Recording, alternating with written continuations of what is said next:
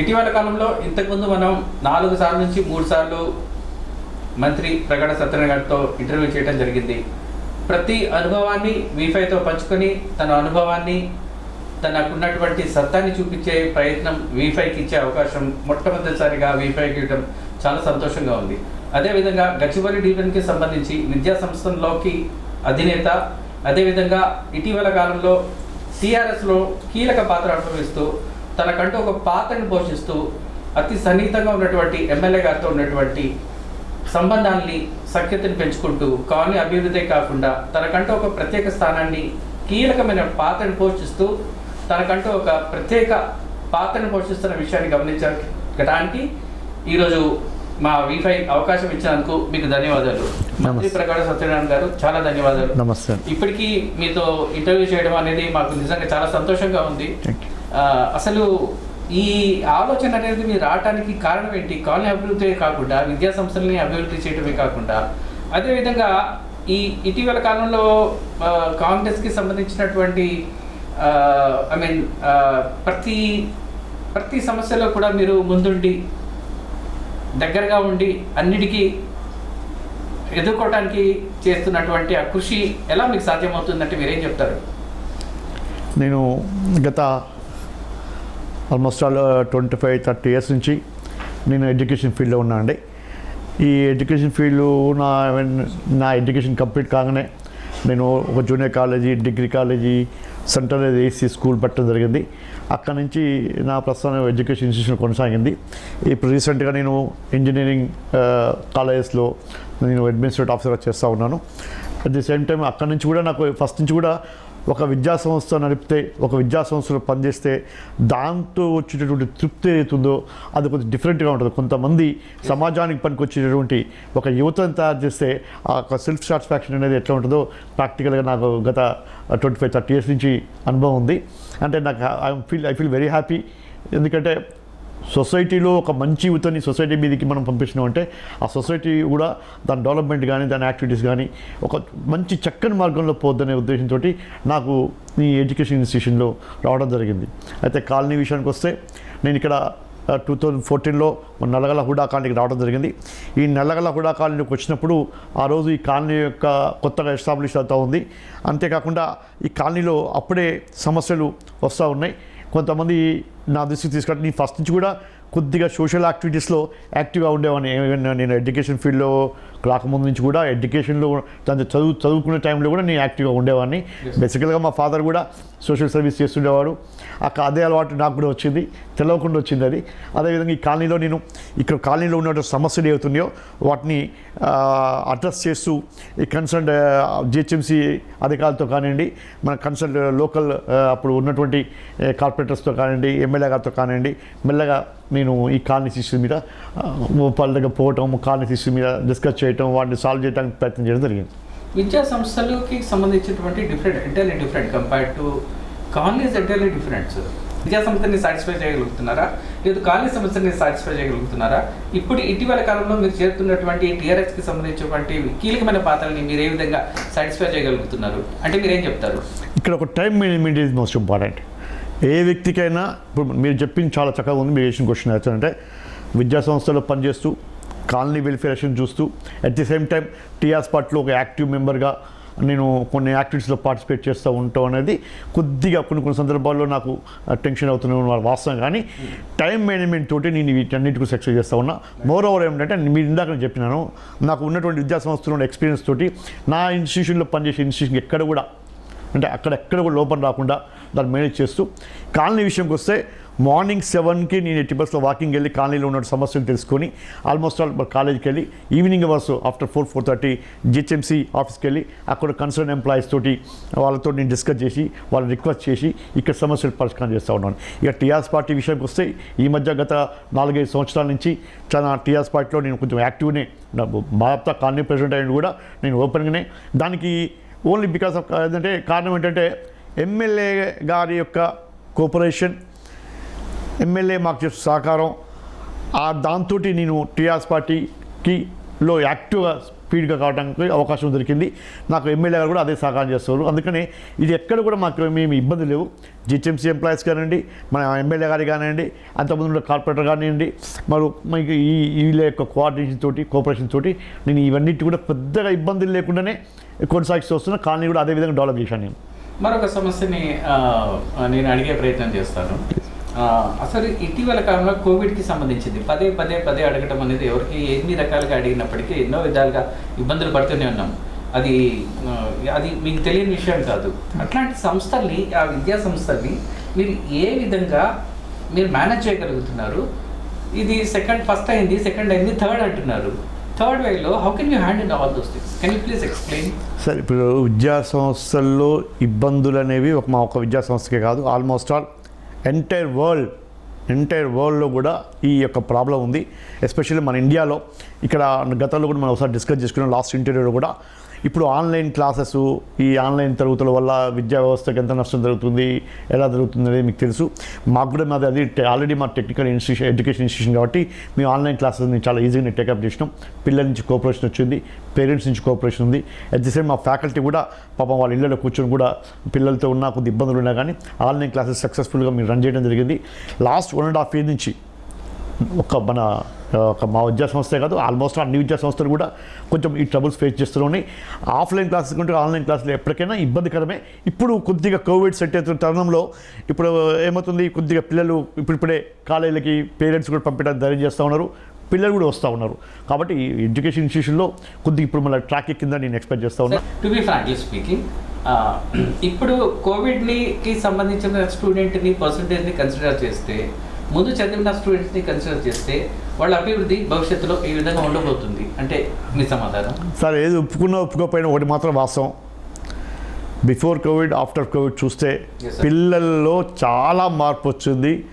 వాళ్ళ యొక్క బిహేవియర్లో మార్పు వచ్చింది. అంటే మేము తప్పదు సరే, తప్పదు. కానీ వాళ్ళ పిల్లలు కూడా వాళ్ళ యాటిట్యూడ్లో కొంచెం తేడా వచ్చింది. కానీ వాళ్ళని మార్చుతా మేము ప్రయత్నం చేస్తూ ఉన్నాం. ఇప్పుడు ఉన్నటువంటి స్ట్రెంత్ కూడా బిఫోర్ కోవిడ్ అంటే కోవిడ్ ఫుల్ స్ట్రెంత్ ఉండేది. ఇప్పుడు పిల్లలు కాలేజీ రావడానికి పెద్దగా నాకైతే వాళ్ళంత ఇంట్రెస్ట్గా చూసినట్టు కానీ, అంత సీరియస్గా ఉన్నట్టు కానీ నాకు అనిపిస్తలేదు. సో వాళ్ళ అభివృద్ధిని ఏ విధంగా చూడొచ్చు అంటారు? ఏ కోణంలో చూడొచ్చు అంటారు? మేము మా ప్రయత్నం యాజ్ ఎ విద్యా సంస్థల్లో మా తరపున మేమేం చేస్తున్నాం అంటే మ్యాక్సిమం పిల్లల్ని మోటివేట్ చేస్తూ ఉన్నాం, పేరెంట్స్ని మోటివేట్ చేస్తూ ఉన్నాం. కోవిడ్ నామ్స్ ప్రకారం అంటే శానిటైజ్ చేయడం కానీ, క్లాస్ రూమ్స్ మాస్కులు పెట్టించడం కానీ, కంపల్సరీ సోషల్ డిస్టెన్స్ అంటే క్లాస్ రూమ్స్లో ఏం చేసినాము, ఇప్పుడు కొంచెం సోషల్ డిస్టెన్స్ మా క్లాస్ రూమ్స్ యాక్చువల్గా చాలా పెద్దగా ఉంటాయి.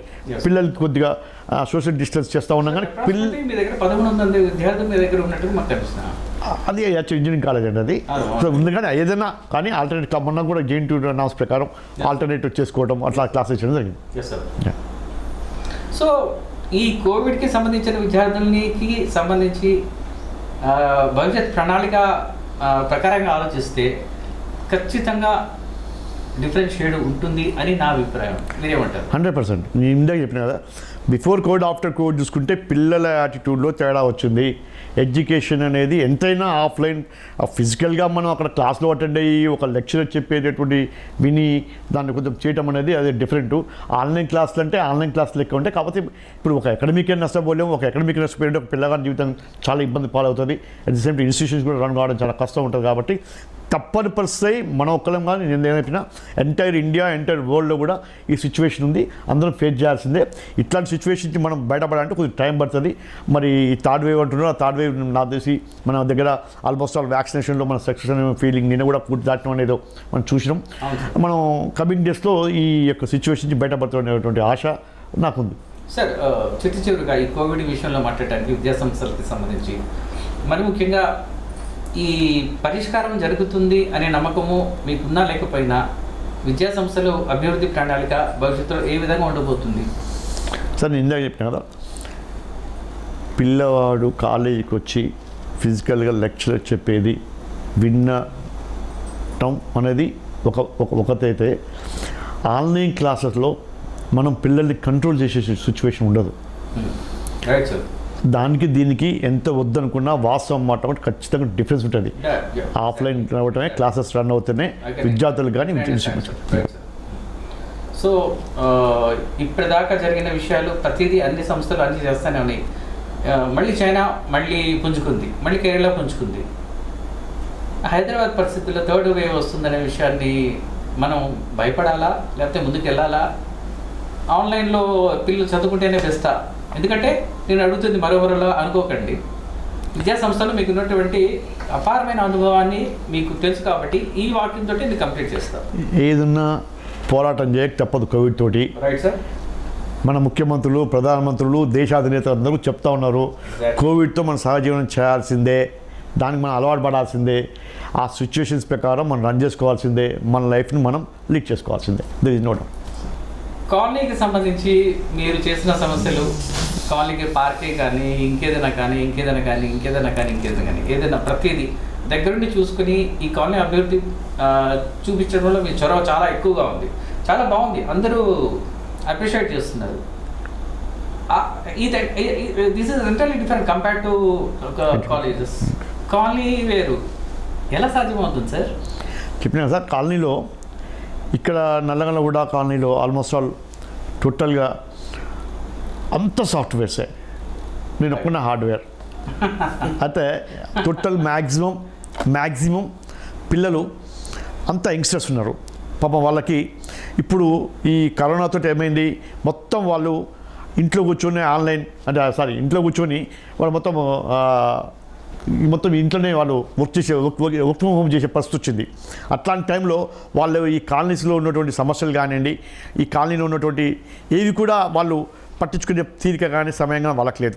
నాకున్న టైంలో నాకున్నటువంటి పరిచయాలతోటి నేను కాలనీ సమస్యలు మొత్తం కూడా కన్సర్న్ ఎంప్లాయీస్ అంటే జిహెచ్ఎంసీ ఆఫీసర్ దగ్గర తీసుకుపోయి, ఎమ్మెల్యే గారి దగ్గర తీసుకుపోయి వాటిని పరిష్కారం చేస్తున్నాను. ఆల్మోస్ట్ ఆల్ ఇప్పుడు లాస్ట్ 2014లో మా వెల్ఫేర్ అసోసియేషన్ స్టార్ట్ చేసిన నేను. అక్కడి నుంచి నా సర్వీసెస్ కాలనీ స్టార్ట్ చేసిన. ఆ రోజు ఈ రోజుకి almost all 90% of the issues మొత్తం క్లోజ్ అయినాయి. ఒకే ఇష్యూ ఉంది, డ్రైనేజీ. రీసెంట్గా కూడా మేము మా ఎమ్మెల్యే గారు చొరవతోటి దాన్ని మేము కేటీఆర్ గారికి లెటర్ రావడం జరిగింది.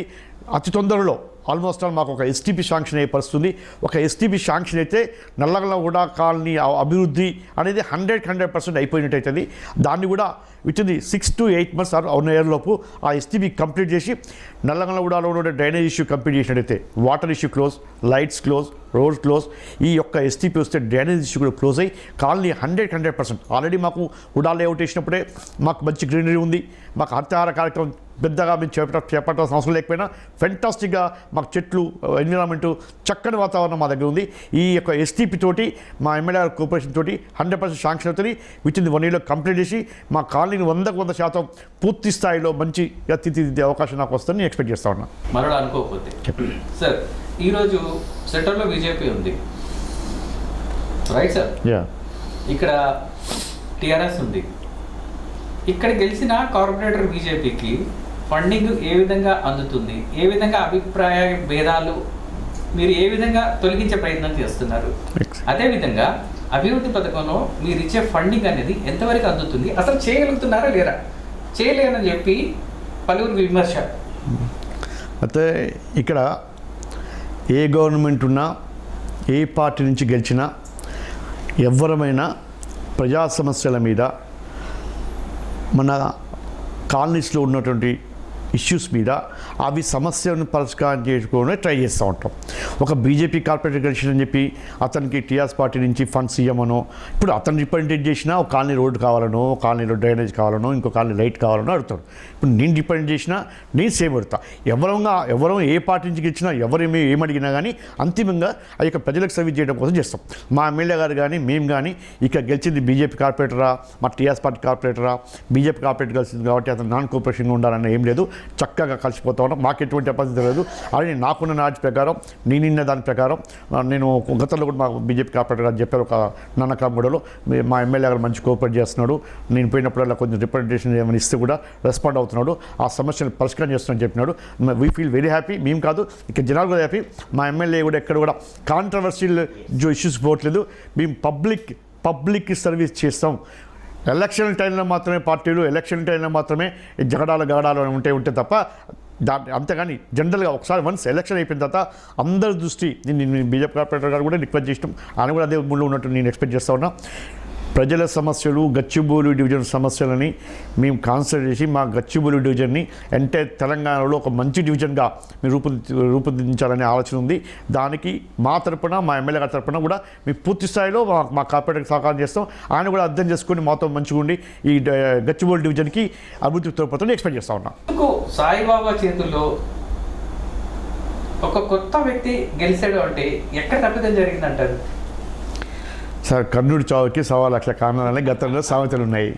ఇప్పుడు ఓడిపోయిన విషయంకి వచ్చినప్పుడు కొన్ని సందర్భాల్లో ఎట్లా ఉంటుందంటే, ఎంత మంచి చేసినా దాన్ని మనం ప్రొజెక్ట్ చేసుకోవడంలో కూడా ఒక విధానం ఉంటుంది.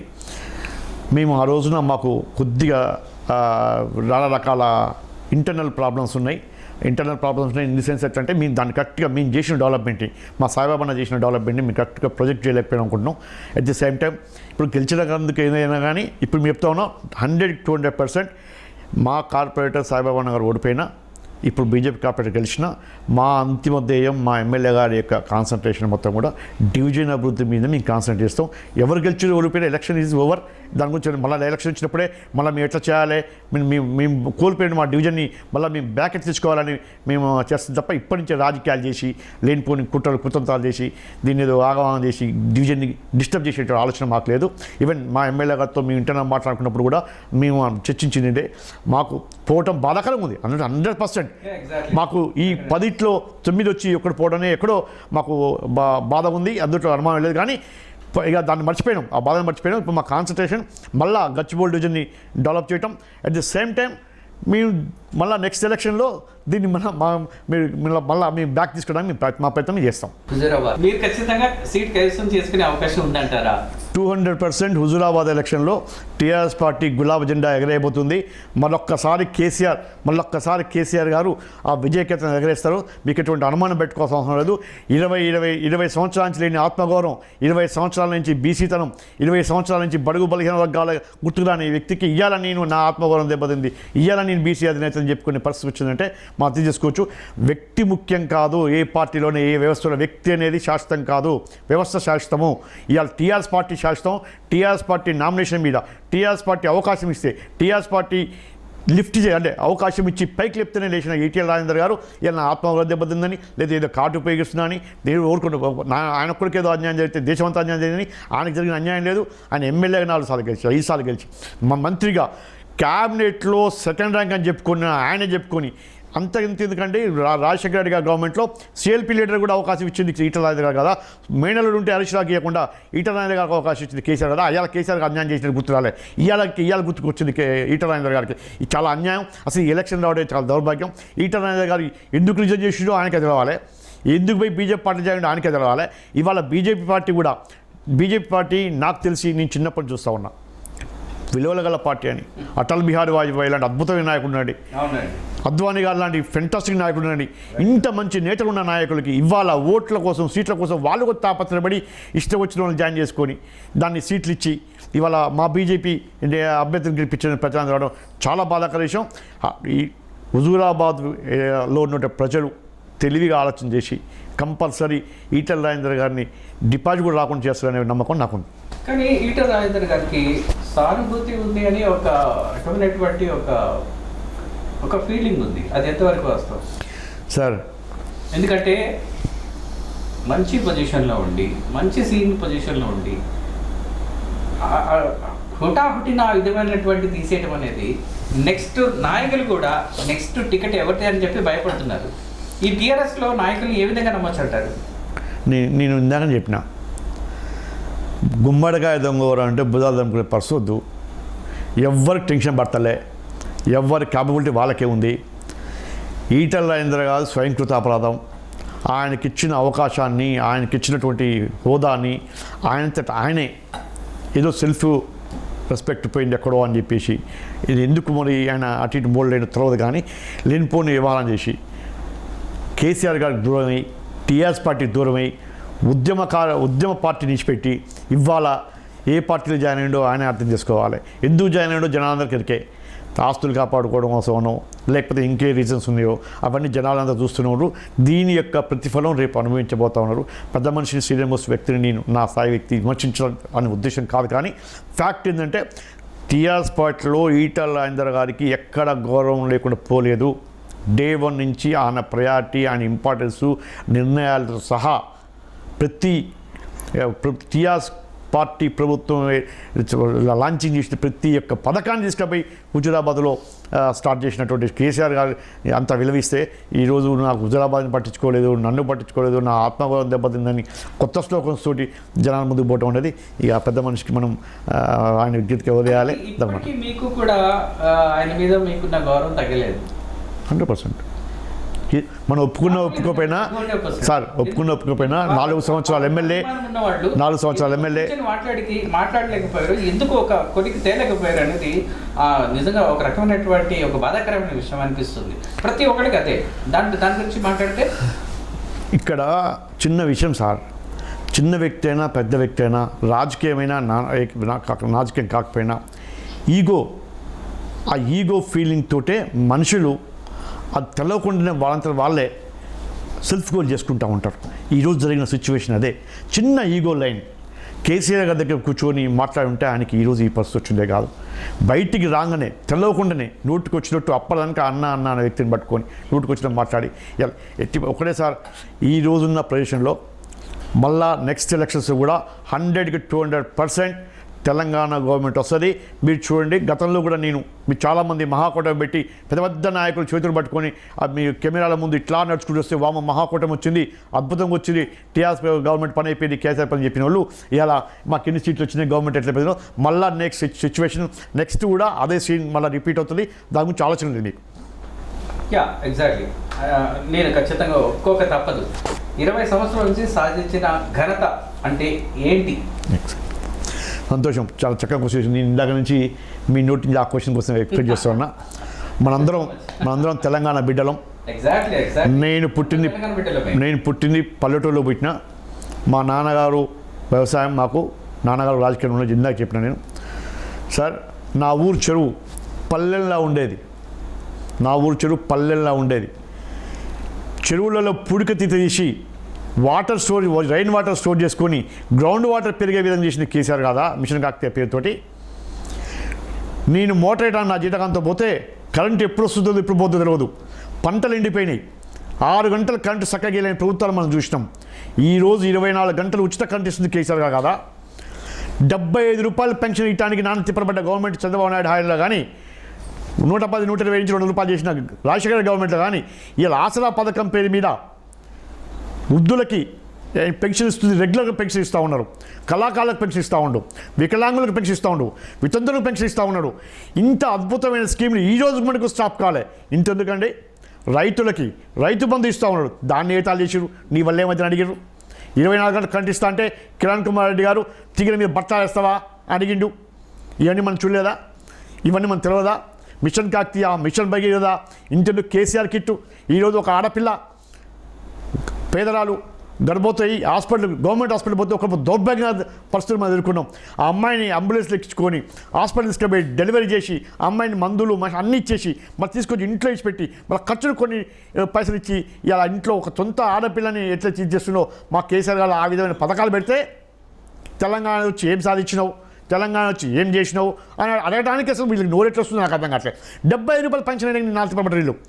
నేను మళ్ళీ కళ్యాణ లక్ష్మి, షాదీ ముబారక్, ఎన్ని పథకాలండి. మన తెలంగాణ రాష్ట్రాన్ని అభివృద్ధి చూసి, మన తెలంగాణ రాష్ట్రంలో ఉన్నటువంటి పథకాలను చూసి దేశవ్యాప్తంగా అమలు చేస్తానికి ఇవాళ వాళ్ళ ధైర్యం కూడా దాటలేదు. ఈవెన్ బీజేపీ రాష్ట్రాల్లో ఎన్నున్నాయి చెప్పండి. ఈడ పెద్ద పెద్ద మాట్లాడుతున్నారు. బీజేపీ రాష్ట్రాల్లో అమలు చేస్తే మంచి సంతోషం ఉండేది కదా. అక్కడ చేయడం వల్ల కాదు, అక్కడ ఓడి పోయి మాట్లాడు. కానీ ఇక్కడ కేసీఆర్ మటుకు నువ్వు అది చేసి ఇవాళ దళిత బంధు ఇస్తా అంటే ఏదో చేస్తున్నారు. అయ్యా అంటున్నారు, ఉచిత కరెంట్ ఇస్తా అంటే 7 నుంచి వస్తుంది ఉచిత కరెంటు, తిగిల మీద బట్టలు ఆరేయాలని ముచ్చని చెప్పారు. ఇవాళ దళిత బంధు అంటారు. ఖచ్చితంగా మా కేసీఆర్కున్న పట్టుదల తెలంగాణ రాష్ట్ర సాధనలోనే ఆయన యొక్క పట్టుదల, ఆయన కృషి, ఆయన యొక్క తెలిసి ఉండాలి. ఇంకా తెలిసి కూడా మీరు మాట్లాడుతుంటే ఇక మిమ్మల్ని ఏమనుకోవాలో నాకు అర్థం కావట్లేదు. 100కి 200% దళిత బంధు మా కేసీఆర్ గారు యాక్సెస్. ఇది మీకు ఒక చిన్న పథకం. ఈ డబుల్ బెడ్రూమ్ వచ్చి చెప్తారు. డబుల్ బెడ్రూమ్ కూడా 100-200% విత్ ఇన్ 1 to 1.5 yearలో పేదోళ్ళందరికీ చెందుతాయి. తెలంగాణ రాష్ట్రంలో గత 7 సంవత్సరాలు 8 సంవత్సరాల నుంచి జరుగుతున్న అభివృద్ధి చూసి చాతగాక వేరే రాష్ట్రాలు చేరుకుని చాతగాక ఇక్కడ ఇంకా విమర్శించడం తప్ప మీరు దేని పనికిరారు, మాకేం ఇబ్బంది లేదు. మళ్ళా ఈ ప్రజలు మొత్తం కూడా చాంతిలికలు ఒక్కసారి కేసీఆర్ కాదని పక్కకు ఓటేస్తే మళ్ళా కరెంటు ఈ దేశంలో నిన్నగాక మన బొగ్గు నిలవలేని ప్రధానమంత్రి గారు మీటింగ్ పెట్టిండు, చూడలేదా మనం? నా రాష్ట్రంలో మిగులు కరెంట్ ఉంది, నా రాష్ట్రంలో ఇవాళ కూడా ఒక్క నిమిషం కరెంటు పోయే పరిస్థితి లేదు. ఇంత మంచి అభివృద్ధి అవుతుంది తెలంగాణ పట్టుకొని. ఏం జరిగింది అభివృద్ధి అంటే హైదరాబాద్ చూసుకోండి, హైదరాబాద్లో మీరు ఉన్నప్పుడు ఏ రోడ్లు ఉన్నాయి? మెట్రో లైన్ నుంచి వచ్చింది. సో కేంద్రం వాటా కొద్దిగా ఉన్నట్టు ఓకే ఫైన్. ఇంతకుముందు లేవా కేంద్ర వాటాలు? ఇంతకుముందు కేంద్రం నిధులు లేదా? అయ్యా లేడమనుకోరు మీరు. ఇంత మీకు రోడ్లు చెప్పండి, లింక్ రోడ్లు ఎన్ని ఉన్నాయి?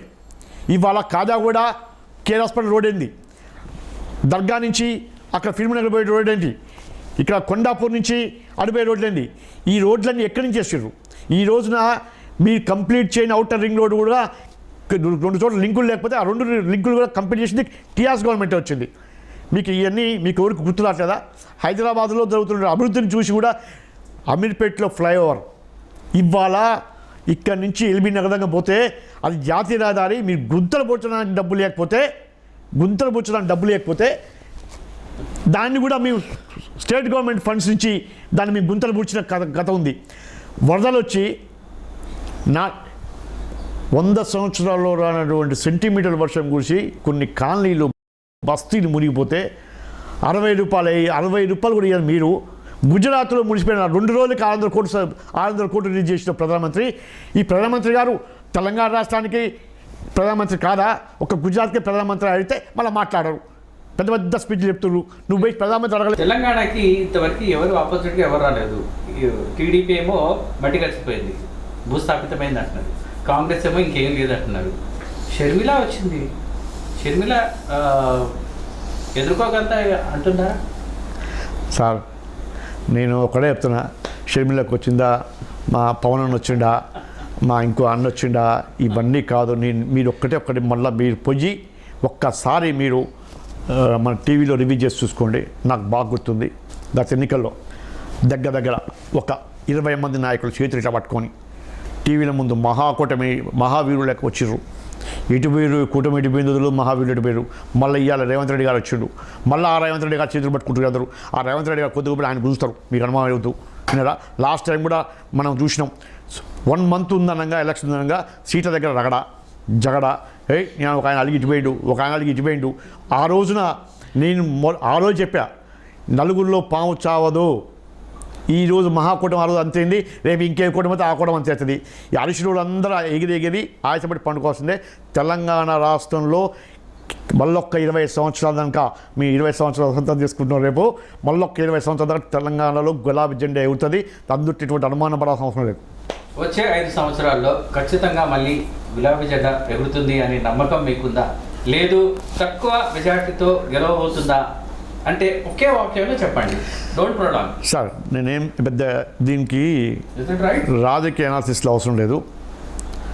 చిన్న పిల్లగాన్ని అడిగినా చెప్తాడు. ఓట్లు చీలటం 100% ఖాయం. మహాకూటమి చెప్పిన మళ్ళా పెద్ద ఉద్దుండ ఉన్నారు. కోదండరామిరెడ్డి గారు ఉన్నారు, ఉత్తమ్ కుమార్ రెడ్డి గారు ఉన్నారు, చాడా వెంకరెడ్డి గారు ఉన్నారు, నారాయణ గారు ఉన్నారు, రాఘవ్ గారు ఉన్నారు. ఇట్లాంటి అందరూ మహాకూటమి పేరు పెట్టి లాస్ట్ టైం ఎంత చేసారు లాస్ట్కి ఏమైనా మీరు చేసారు. మళ్ళా సేమ్ రిపీట్ అవుతుంది. మా తెలంగాణ గవర్నమెంట్లో 80% నెక్స్ట్ టైం కూడా గులాబీ జెండా ఎగరేయటం, గోల్కొండ కిల్లా మీద దాన్ని ఎవడూ ఆపలేడు. Thank you so much. మీతో ఈ అనుభవాన్ని పంచుకోవడానికి ప్రతి సంవత్సరం ఒకటికి 2 సార్లు మేము వస్తూ ఉంటాం. దయచేసి మీరు మా ఛానల్కి ఇస్తున్నటువంటి ఆదరణ చాలా సంతోషంగా ఉంటుంది. Thank you so much sir. నమస్తే. మీ అనుభవాలు మరి మా ఛానల్కి కావాలి. ఒకసారి మీరు మా ఆఫీస్కి వస్తే కూడా డిబేట్లో కూడా కూర్చోబెట్టే ప్రయత్నం చేస్తాం. ప్రగాఢ అనుభవాన్ని మీ పేరులోనే ఉంది. Thank you so much. నమస్తే. ఇది మంత్రి ప్రగాఢ సత్యనారాయణ గారితో ఇంటర్వ్యూ కార్యక్రమం. మరో నాయకుడితో మళ్ళీ ముఖాముఖి కార్యక్రమంలో మళ్ళీ పాల్గొందాం. Thank you so much. నమస్తే. V5.